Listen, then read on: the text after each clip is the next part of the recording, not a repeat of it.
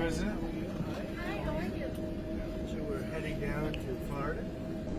I have a lot of meetings there, and lunches, meetings, a lot of things having to do with the economics of America. We took in approximately $3 trillion over the last few days from the trips that we made.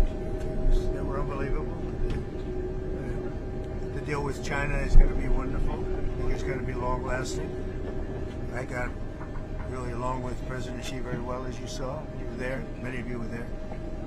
And I think it's great. I think it's great. I think it's really good. Are you set? Are you okay? I'm sorry, I'm not getting any audio for the phone. Okay, well, let's get it right. All right, we have it now, sir. Okay.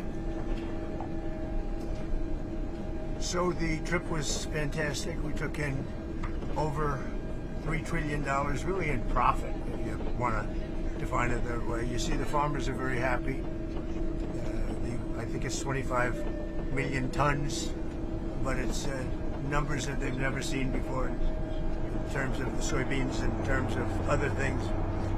We have numbers coming to our farmers that the farmers have never seen before from China. Our farmers are very happy. I suggest that they go out and buy larger tractors and more land. Okay? We want larger tractors and more land because nobody's ever seen anything like it. I've given China great incentives to hold down the fentanyl, get rid of it ideally. You know, a lot of people don't know it's used as an anesthesia, it's used as a lot of things. A lot of good things happen, but unfortunately when it's developed a certain way, a lot of bad things happen. Because a lot of people would say, well, why is it made? I mean, it's made for a lot of good purposes, but it also has some very bad purposes when you design it a certain way and people can take it and design it. So China's working very hard on that. I really believe that. And they have an incentive. I'd love to get rid of the extra 10%. I put a 20% penalty on. I had a great conversation about it with President Xi yesterday. And I'd love to get rid of the other. As soon as we see that, we'll get rid of the other 10%. Other than that, we haven't cut the tariffs at all with China. But we're going to have a great relationship with them, I think, for a long period of time. If we have a smart president, we'll have a great relationship.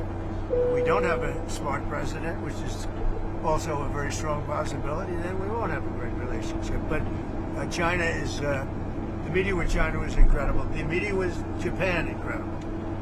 And the meeting with South Korea, likewise, incredible, all of them. And trillions of dollars are coming back to our country because of those meetings. And we have others planned with other countries, but those are big ones. And the meeting with China was one that everybody wanted. The meeting with the new Prime Minister, who's fantastic, of Japan, could not have gone better. We've worked out our deal. And South Korea, you saw the way we were treated. Our country is respected again. When they treat me with that kind of respect, they're treating our country with that kind of respect, which is much more important. And our country is respected again. Do you have any questions? There are reports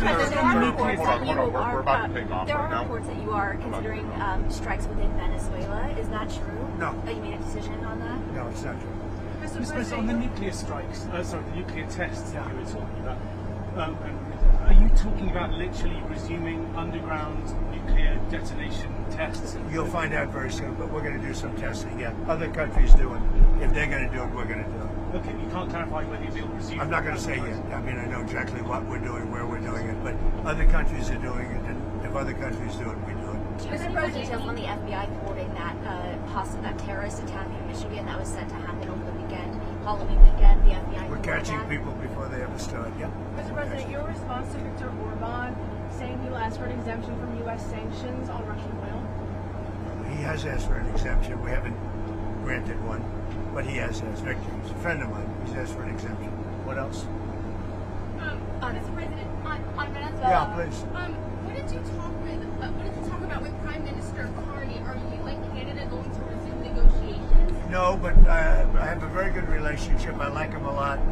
But you know what they did was wrong. He was very nice. He apologized for what they did with the commercial because it was a false commercial. You know, it was the exact opposite.